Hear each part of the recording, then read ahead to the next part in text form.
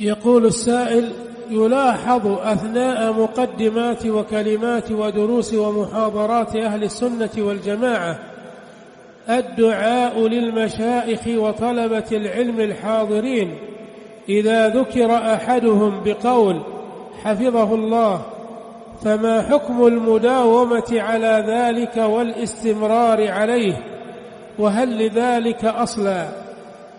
نعم، له أصل أصيل في دعاء المؤمن لأخيه حاضرا وغائبا.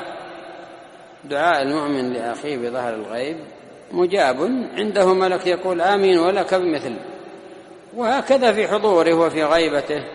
والله في عون العبد ما كان العبد في عون أخيه، ومن أعظم ما تعين به الدعاء له.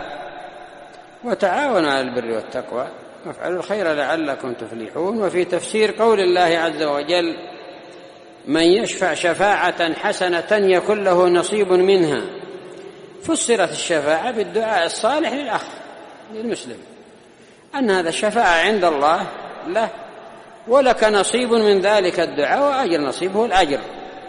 ومن يشفع شفاعة سيئة يكن له كفل منها، فسرت الشفاعة بالدعاء عليه إن كان غير مستحق، وربما وتأثم على تلك الشفاعة السيئة والدعاء عليه بالباطل.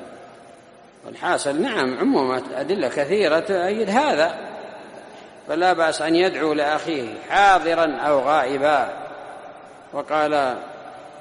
قال النبي صلى الله عليه وسلم لعمر بن الخطاب: إن وجدت أويس القرني فاطلب منه يدعو لك. عمر أفضل من أويس القرني بلا مقارنة، بشر بالجنة ويفرق منه الشيطان، لكن ذاك ولي صالح، رجل صالح، فطلب منه ويترصد لأمداد اليمن: هل فيكم أويس؟ هل فيه؟ ولما وجده قال: ادعوا لي. طلب منه الدعاء.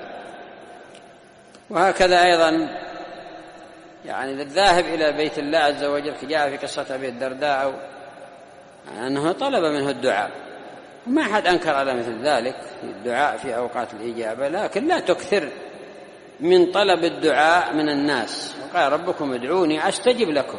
هذا كرهه شيخ الإسلام، جمع الإكثار: ادعوا لي ادعوا لي ادعوا لي، دعاء دعاء دعاء دعاء. تقول للتبليغي: اترك كذا وكذا وكذا وتنصح، قال: دعاء دعاء فقط دعاء. وما كانها دعاء يترك السنن، طلب الدعاء.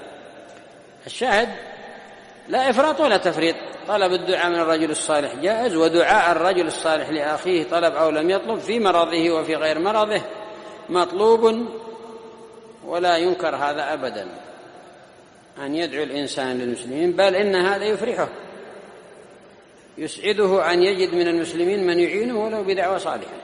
حفظه الله، وفقه الله، نفعه الله، بارك الله فيه، أمر طيب. وافعلوا الخير لعلكم تفلحون.